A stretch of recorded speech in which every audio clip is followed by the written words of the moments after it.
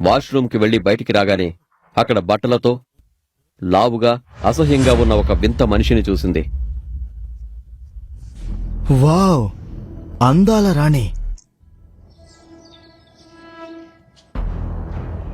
నిన్ను చూడగానే నా లోపల ఏం జరుగుతుందో చెప్పడం కంటే చూపించాలనుంది. How dare you! నువ్వొక్క నెంబర్ 1 చీప్ అండ్ మేనర్స్ లేనోడివి. నీలో చాలా ఎనర్జీ ఉంది. ఈ చెత్త మాటలన్నీ వెళ్లి మీ అమ్మతో చెల్లితో మాట్లాడు.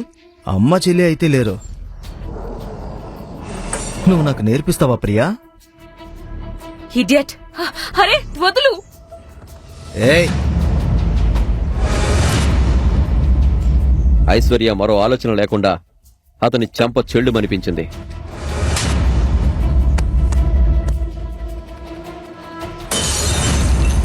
ఐశ్వర్య భయంతో కళ్ళు మూసుకుంది. కానీ ఆ వాటర్ బాటిల్ ఐశ్వర్యకు తగల్లేదు. దీంతో ఆసక్తితో ఐశ్వర్య కళ్ళు తెరిచింది. కళ్ళు తెరవగానే ఒక చెయ్యి ఆ బాటిల్ను పట్టుకోవడం చూసింది.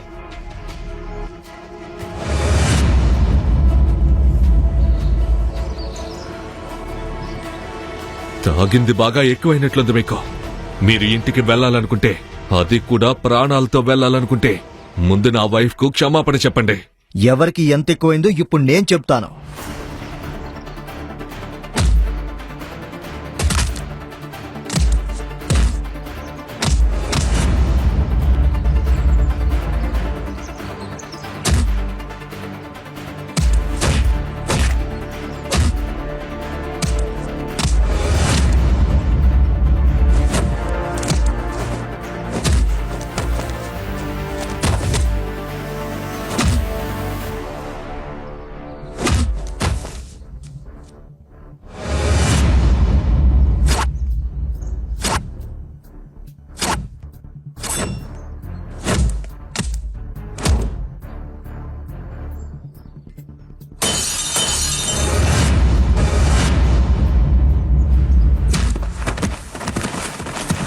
ఆకాష్ అలా ఫైటింగ్ చేయడం చూసి ఐశ్వర్య ఆశ్చర్యపోయింది. ఆమె తన కళ్లను తానే నమ్మలేకపోయింది. అప్పుడే రూపాల్ ఫ్రెండ్స్ ప్రేమ్ మల్హోత్రా మరియు రాజ్ బేడి పరుగునక్కడికొచ్చారు. ఏమైంది ఐశ్వర్య, నువ్వు బాగానే ఉన్నావా? వీడు పెద్ద పోకిరిగాడు. నన్ను ఒంటరిగా చూసి ఏడ్పించాలనుకున్నాడు. ఐశ్వర్య మాటలు వినగానే ప్రేమ్ మల్హోత్రా కళ్లల్లో కోపం కనిపించింది. ఈ రోజు ఎలాగైనా ఐశ్వర్యను ఇంప్రెస్ చేయాలనుకున్నాడు. వీడికి ఎంత ధైర్యం! ప్రేమ్ ఈ గొడవకు తను పూర్తి బాధ్యత తీసుకోవాలని అనుకున్నాడు. ఏదేమైనా ఈ హోటల్ అతని ఫ్యామిలీ బిజినెస్ లో ఒకటి. ఇప్పుడు వీళ్ళిద్దరూ నా వైఫ్ ఐశ్వర్య ముందు హీరోలు అవ్వడానికి ఒక చావు దెబ్బలతో పడి ఉన్న వ్యక్తిని మళ్లీ మళ్లీ కొడుతున్నారు. ప్రేమ్ మల్హోత్రా మరియు రాజ్ బేడి ఆపకుండా కొట్టడం ఆకాష్ చూస్తూనే ఉన్నాడు. ఆపండి, ఆపండి!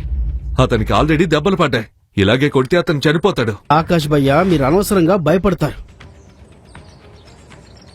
ఒకవేళ వీడిక్కడ చనిపోయినా పర్వాలేదు. నేను ఈ హోటల్ ఓనర్ని.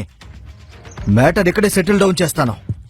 అతను ఏం చేయకుండా సైలెంట్ గా దెబ్బలు తింటున్నప్పటికీ ఈ రౌడీ మామూలు రౌడీ కాదనిపిస్తుంది. ఐశ్వర్యకి ఆకాష్ పై కోపం వస్తోంది. కానీ ఇంత పెద్ద హోటల్లో గొడవ జరగడం కొంచెం ఇబ్బందిగా ఉంది. ప్లీజ్ ఆపండి. కొట్టింది చాలు. మనం ఇక్కడి నుండి వెళ్లిపోదాం. ఆకాష్ భయ్యా, మీరు అనవసరంగా భయపడతారు. పర్లేదు, మాతో ఉంటే ధైర్యం వస్తుందిలేండి. ఈ మాట వెటకారంగా అనిపించింది. కానీ ఇదంతా అర్థం చేసుకున్న ఆకాష్ ఏమీ మాట్లాడలేదు. ఆ రౌడీ బట్టతల వ్యక్తి మనుషుల్ని తీసుకుని లోపలికి రావడం చూసి ప్రేమ్ మల్హోత్రా కోపంతో ఊగిపోయాడు.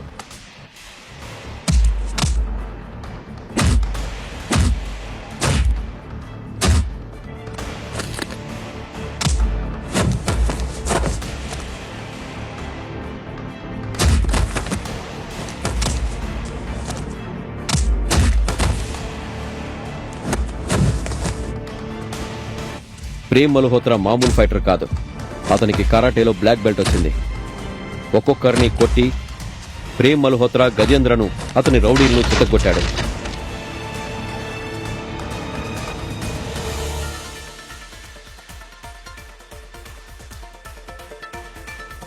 మీరందరూ పనికిరాని వాళ్ళు. మిస్ ఐశ్వర్య, రూపాల్, మీరోకే కదా? ప్రేమ్ ప్రశ్నకు ఐశ్వర్య మరియు రూపాల్ తల ఊపారు. ప్రేమ్ ఐశ్వర్య కళ్లల్లో తనపై ఇంప్రెషన్ ని చూడాలనుకున్నాడు. కాని ఐశ్వర్య కళ్ళు తన భర్త ఆకాష్ పై ఉన్నాయి. ఆ ఆకాష్ సైలెంట్ గా చేతిలో ఐస్ ప్యాక్ పట్టుకుని గూండాల వైపు చూస్తున్నాడు. వావ్ మై బ్రదర్ ప్రేమ్, నువ్వు అద్భుతం చేశావు యార్. వీళ్ళకి మన జోలికి రారని నాకు అనిపిస్తుంది. ఎగ్జాక్ట్లీ. వీళ్ళని ఏం చేయాలి? వీళ్ళని పూడ్చిపెట్టమని ఎవరికైనా చెప్పనా? పారస్ అందరి ముందు గొప్పలు పోతున్నాడు. నిజంగా అలాంటిదేమీ చేయగల ధైర్యం అతనికి లేదు.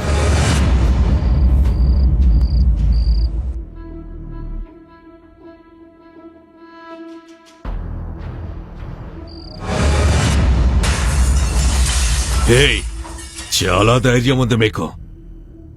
రండి, నేను కూడా చూస్తాను మీలో ఎంత ధైర్యం ఉందో.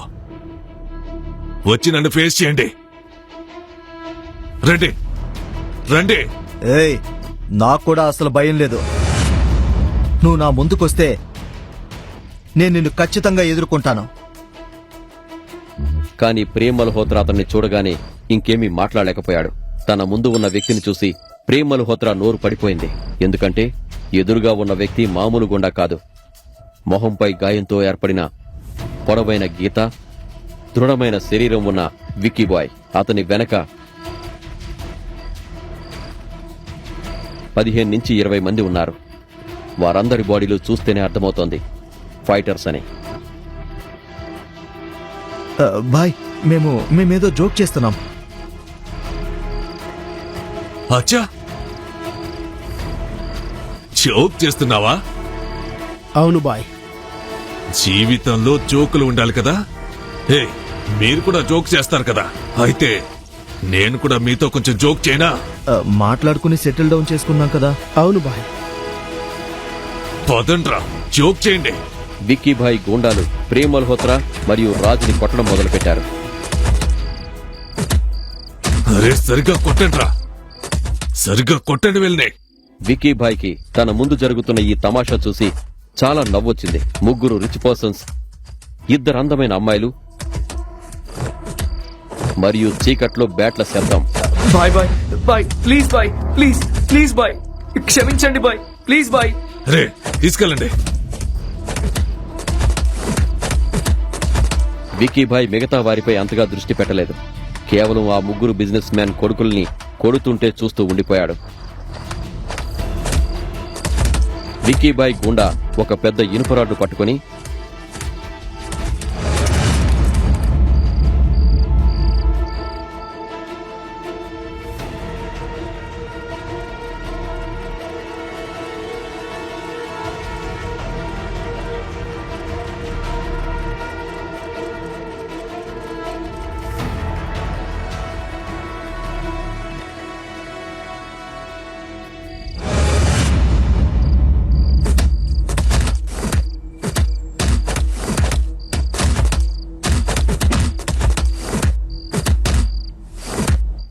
వాళ్ళ చేతులు కాళ్ళు వెరగొట్టండి. అయినా నోరు మూసుకోలేకపోతే తల పగలగొట్టండి. వచ్చే వారం ఇతని మేయర్ తండ్రికి 2 కోట్లు పంపించండి. ఆపండి. ఐశ్వర్య కోపంతో అరిచింది. ఐశ్వర్య అరిచిన వైపు చూసిన విక్కీభాయ్ కళ్ళు ఆశ్చర్యంతో పెద్దవయ్యాయి. అతను తన కళ్లను నమ్మలేకపోయాడు. విక్కీభాయ్ని చూసి అందరూ షాక్ అయ్యారు. కేవలం ఐశ్వర్య గొంతు విని విక్కీభాయ్ లాంటి పెద్ద గూండాకి కూడా చెమటలు పట్టాయి. ఇతను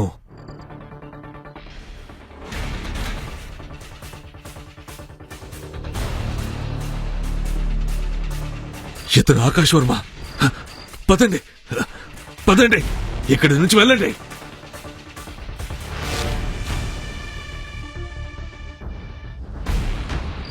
విక్కీభాయ్ ఆకాష్లో గతంలో ఎప్పుడైనా కలుసుకున్నారా?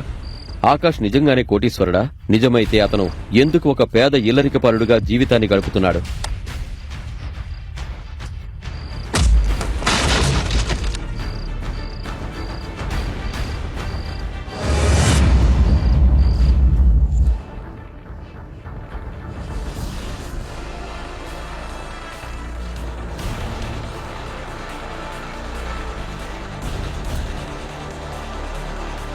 ఐశ్వర్య తండ్రి ఆమెను ఆకాష్ లాంటి పేదవాడికిచ్చి ఎందుకు పెళ్లి చేశాడు?